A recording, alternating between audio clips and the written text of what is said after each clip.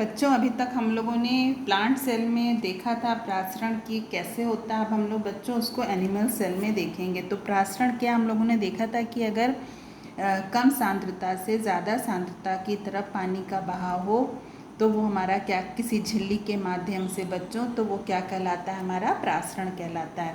तो हम लोग भी इस एक्टिविटी को देखते हैं। देखिए, इस एक्टिविटी को हमको क्या करना है, एक अंडे के माध्यम से करना है। यानी एक एग लेना है बच्चों, और सिरका है, शक्कर का सांद्र घोल लेना है, और बीकर पानी की ज़रूरत पड़ेगी।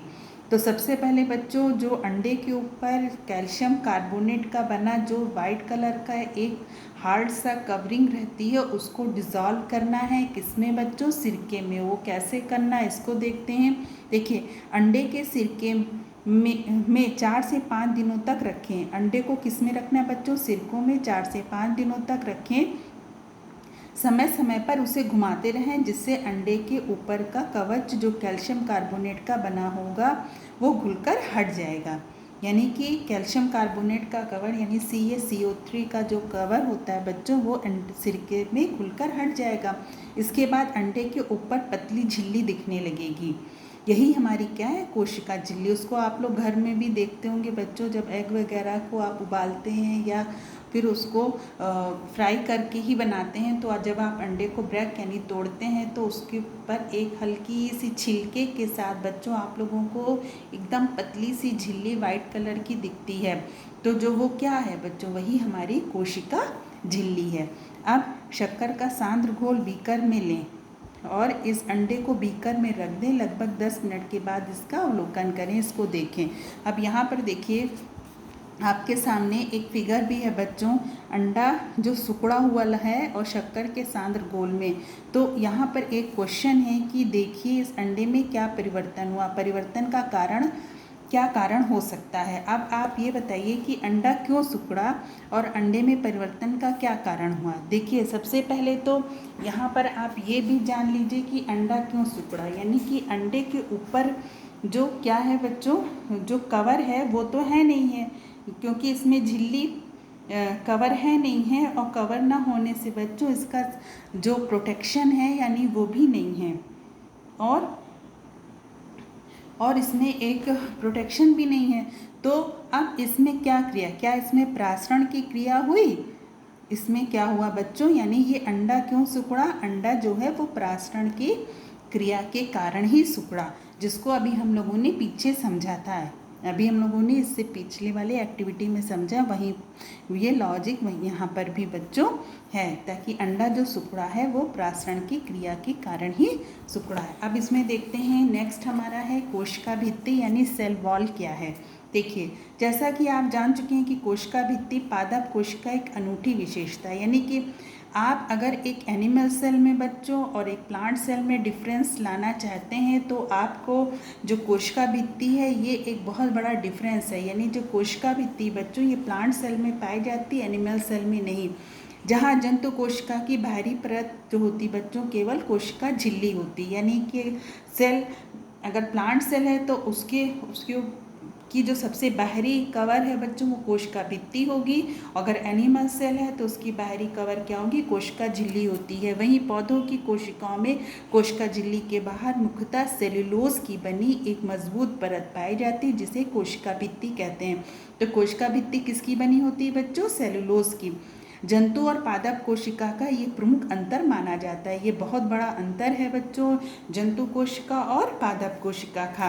ये कठोर अथवा लचीली छिद्रमय परत होती है जो कोशिका को एक निश्चित आकार व सुरक्षा प्रदान करती है।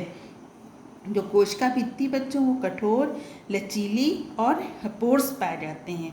उसकी परत होती है जो कोशिका को यानी एक सेल को एक निश्चित आकार दे देती है और उसका प्रोटेक्शन भी करती है। तो जीवित कोशिकाओं से ही इस परत का निर्माण होता है।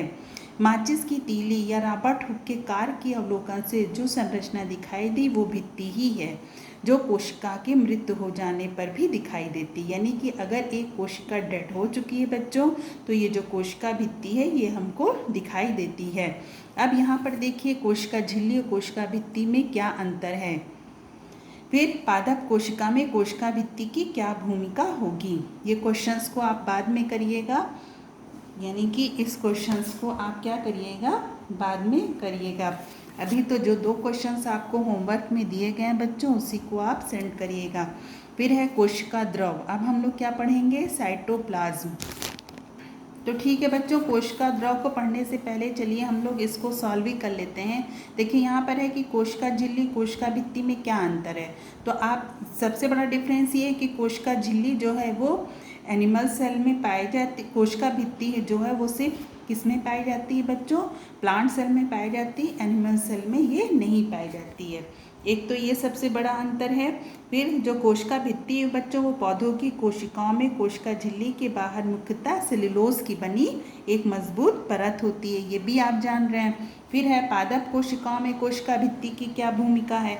तो बच्चों अभी आप लोग ने ऊपर देखा कि ये जो क्या होती है, पादप कोशिकाओं में कोशिका भित्ति कोशिका झिल्ली की बाहरी परत को और अधिक मजबूत बना देती है, यानी कि ये कोशिका को एक निश्चित आकार व सुरक्षा देती है और कोशिका को ये बहुत अधिक क्या करती है, सुरक्षा देती है और अधिक मजबूती भी प्रदान करती है। तो ये दोनों क्वेश्चंस को बच्चों हम लोगों ने यहाँ पर सॉल्व कर लिया है।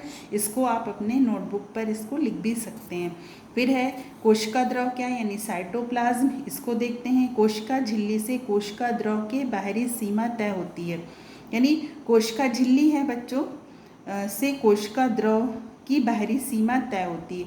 मान लीजिए किसी एक आप पॉलीथीन लेते हैं और पॉलीथीन में जब आप पानी भर देते हैं बच्चों, तो वो पानी क्या है, उस पॉलीथीन के अंदर ही रह जाता है। तो जो कोशिका झिल्ली है से, अब देखिए यहाँ पर क्या है, कोशिका द्रव की बाहरी सीमा तय हो गई, यानी कि कोशिका द्रव की भी वो एक सीमा को तय कर देती है कोशिका झिल्ली। जैसे आप एक पॉलीथीन या बैलून में आप पानी भरिए और पानी भरने के बाद देखिए जो पानी की जो बाहरी सीमा है वो जो बैलून की आउटर मोस्ट लेयर है बच्चों, वो उसका तय कर देती है कि यहाँ पर ये इसकी बाहरी सीमा है। किसी भी कोशिका में इस द्रव से ही कोशिका के अंग पाए जाते हैं। देखो कोशिका है बच्चों, उसमें ये द्रव है कोशिका द्रव यानी साइटोप्लाज्म, तो इसमें और भी सेल्स ऑर्गन्स पाए जाते हैं, जैसे कौन से, हमारे माइटोकॉन्ड्रिया, लवक, अंतःप्रद्रवी जालिका, केंद्रक आदि। यानी ये सारे कहाँ पाए जाते हैं बच्चों, हमारे कोशिका द्रव में। अर्थात कोशिका द्रव एक आधार द्रव है। इसको क्या माना गया है बच्चों, एक बेस माना गया है कोशिका द्रव को, जिसमें संचित पदार्थ, स्रावी पदार्थ व अपशिष्ट पदार्थ आदि पाए जाते हैं। यानी आप इसके अंदर एक स्टोरेज पदार्थ भी होता है, जो सिक्रीट होता है उस तरह का भी पदार्थ होता है, और अपशिष्ट पदार्थ यानी कि जो यूजलेस होता है इस तरह का पदार्थ भी पाया जाता है। कोशिका द्रव में आमतौर पर पानी की मात्रा क्या होती है बच्चों, अधिक होती है। तो कोशिका द्रव में ज़्यादा किसकी मात्रा अधिक होती है, पानी की मात्रा अधिक होती है। तो ये सब अभी हम लोग पढ़ रहे हैं। पहले तो हम लोगों ने यहाँ पर पढ़ा था कोशिका भित्ति, फिर कोशिका द्रव। अब हम नेक्स्ट पे आएंगे सेल्स ऑर्गेनेल्स में बच्चों केंद्रक यानी न्यूक्लियस। देखिए ये क्या है। रॉबर्ट ब्राउन ने सन 1831 में कोशिका के मध्य जिस संरचना को देखा उसे न्यूक्लियस यानी केंद्रक नाम दिया। ये कोशिका का महत्वपूर्ण अंग है।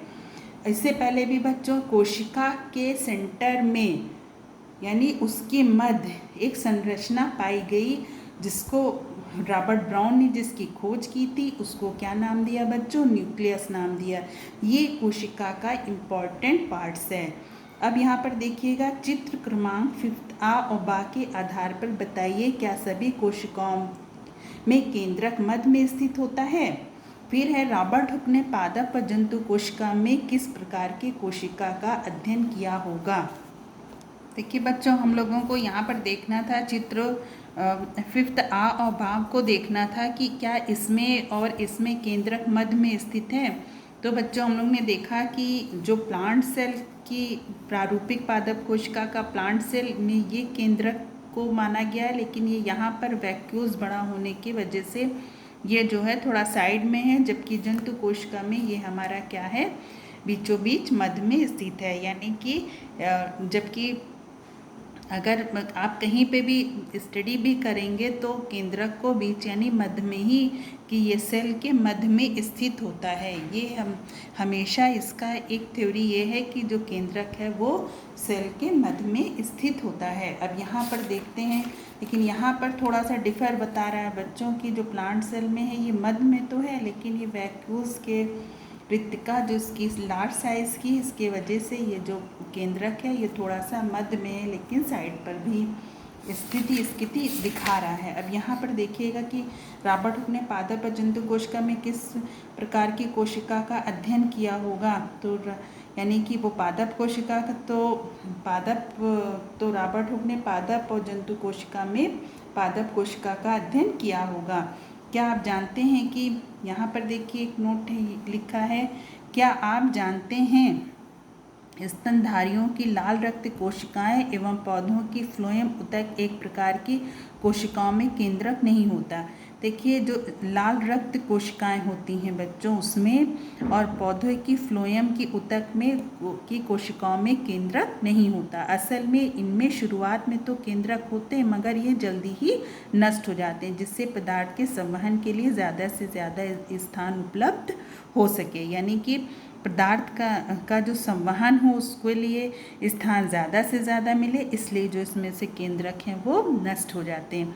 केंद्रक में धागे जैसी रचना होती है जिसे क्रोमेटिन कहा जाता है। केंद्रक में बच्चों एक धागे जैसी रचना होती है जिसे क्रोमेटिन कहते हैं। ये मुख्य रूप से अनुवांशिकी पदार्थ के बने होते हैं। जैसा कि कोशिका विभाजन के लिए तैयार होती है, ये क्रोमेटिन छड़ों के रूप में हो जाते हैं। जब कोशिका बच्चों टूटने के लिए तैयार होती है तो ये एक छड़ के रूप में क्रोमेटिन धागे वो किस में बदल जाते हैं, छड़ के रूप में। तब इन्हें गुणसूत्र यानी क्रोमोसोम कहते हैं। माता पिता की अगली संतान में अनुवांशिकी गुण इन्हीं संरचनाओं से जाते हैं। देखिए अनुवांशिकी पदार्थ जो है हमारे वो क्रोमेटिन होते हैं, ठीक है ना। और जब कोशिका डिवीज़न के लिए बच्चों तैयार होती है, विभाजन के लिए, तो ये जो क्रोमेटिन है वो छड़ का रूप ले लेते हैं। तब इनको आप क्या नाम देते हैं, क्रोमेटिन नाम ना देकर तब इन्हें गुणसूत्र यानी क्रोमोसोम कहते हैं। और जो क्रोमोसोम है बच्चों वो माता पिता की अगली संतति में यानी कि जो नेक्स्ट जनरेशन है वो अनुवांशिकी गुण इन्हीं संरचनाओं में जाते हैं। अनुवांशिकी गुण वो गुण बच्चों जो एक पीढ़ी से दूसरी पीढ़ी में हमको अपने पेरेंट्स से मिलते हैं, वो हमारे क्या कहलाते हैं, अनुवांशिकी गुण कहलाते हैं। अनुवांशिकी गुण को ले जाने इन्हीं संरचनाओं से जाते हैं। कौन संरचना से बच्चों, क्रोमोसोम के द्वारा ये एक पीढ़ी से दूसरी पीढ़ी में, यानी क्रोमोसोम आप इसको और डिटेल में पढ़ेंगे कि क्रोमोसोम के ऊपर एक जीन पाई जाती है जो अनुवांशिकी गुणों को वाहक का कार्य करती है, यानी एक पीढ़ी से दूसरी पीढ़ी तक उस गुणों को पहुंचाती है। तो यानी कि क्रोमोसोम जो हैं वो इन्हीं अनुवांशिकी गुणों की संरचनाओं से ही जाते हैं। नेक्स्ट पेज पे देखते हैं बच्चों, केंद्रक कोशिका के सभी कार्यों का संचालन व नियंत्रण करता है। जो केंद्रक है बच्चों इसका बहुत ही इम्पॉर्टेंट रोल है, ये सभी कार्यों का संचालित भी करता है, उसको कंट्रोल भी करता है और जीवों के गुणों का निर्धारण भी करता है। केंद्रक और कोशिका द्रव के बीच एक झिल्ली होती है जिसे केंद्रक झिल्ली कहते हैं। देखिए कोशिका द्रव जब केंद्रक है बच्चों तो केंद्रक के बाहर भी एक झिल्ली पाई जाती है जिसे क्या बोलते हैं, केंद्रक झिल्ली कहते हैं। ये झिल्ली कोशिका झिल्ली जैसी ही होती है। किसकी तरह होती है, कोशिका झिल्ली जैसी होती है। जैसे जीव जगत में वर्गीकरण का एक मुख्य आधार केंद्रक झिल्ली की उपस्थिति है। इसका ही बच्चों जो वर्गीकरण में ये क्लासिफिकेशन में एक बेस माना गया है, क्या, केंद्रक झिल्ली की उपस्थिति। यदि केंद्रक झिल्ली उपस्थित हो तो यूकैरियोटिक वर्ग की कोशिकाएं होंगी, अन्यथा प्रोकैरियोटिक वर्ग की। यानी कि देखिए झिल्ली के आधार पर इनका क्लासिफिकेशन भी हो गया। अगर केंद्रक झिल्ली उपस्थित है तो यूकैरियोटिक कोशिकाएं होंगी। जो भी आप लोग पढ़े हैं यूकैरियोटिक प्रोकैरियोटिक वर्ग, तो जीव जगत का ये एक आधार बन जाता है। अगर केंद्रक झिल्ली उपस्थित है तो यूकैरियोटिक वर्ग की कोशिकाएं होंगी, अगर नहीं है बच्चों केंद्रक झिल्ली तो क्या होंगी, उपस्थित है तो अगर नहीं है, अगर वर्ग की कोशिकाएं अन्यथा ये किसकी होंगी? प्रोकैरियोटिक वर्ग की। इसको फिर से समय देखिए, जीव जगत में वर्गीकरण का मुख्य आधार केंद्रक झिल्ली की उपस्थिति है। यदि केंद्रक झिल्ली उपस्थित हो तो यूकैरियोटिक वर्ग की कोशिकाएं, अन्यथा प्रोकैरियोटिक वर्ग की कोशिकाएं। अगर केंद्रक झिल्ली उपस्थित है बच्चों तो यूकैरियोटिक वर्ग की कोशिकाएं होंगी, अन्यथा ये किस वर्ग की होंगी? प्रोकैरियोटिक वर्ग की होंगी। अब यहाँ पर देखिए आपका एक टॉपिक है, क्या आप जानते हैं बच्चों, ये भी हम आपको होमवर्क में दे रहे हैं। इसको भी आपको क्या करना है? पढ़ना है इसमें इसको, और पढ़ने के बाद इसको क्या करना है? समझना है। समझकर इसको, जो अगर नहीं समझ में आएगा फिर आप मेरे से पूछ सकते हैं। इसको अच्छे से पढ़ना है और समझना है। ये भी क्या बच्चों आपका एक होमवर्क है, इसको भी करिएगा। अब एक क्वेश्चंस यहाँ पर है, केंद्रक को कोशिका का नियंत्रण कक्ष क्यों कहा जाता है? तो ये भी क्वेश्चंस आपको होमवर्क में करना है। यानी आपके पास 3 क्वेश्चंस रिटर्न वर्क के गए हैं और एक बच्चों ये आपको क्या करना है? इसकी रीडिंग करनी, यानी रीडिंग करिएगा। क्या आप जानते हैं इसका एक प्रयोग है एस्टिबुलेरिया का प्रयोग, और इसको आप अच्छे से पढ़िएगा, पढ़ के समझिएगा। ओके बच्चों, फिर हम नेक्स्ट वीडियो से क्या पढ़ेंगे? अंतःप्रद्रवी जालिका यानी इंडोप्लाज्मिक रेटिकुलम क्या है। और जो बच्चों आपको पढ़ाया जा रहा है इसको सीरियसली लें, सीरियसली पढ़ें। इसलिए हम लोग ज़्यादा आप लोगों को 30 मिनट से ज़्यादा क्लासेस नहीं देते हैं, ताकि आप लोग उस वीडियो को देखने में बोर ना हो, उसको समझें, समझ के पढ़ें और अपनी स्टडी पे बच्चों कंसंट्रेट हों। ओके बच्चों, बाय बाय, टेक केयर।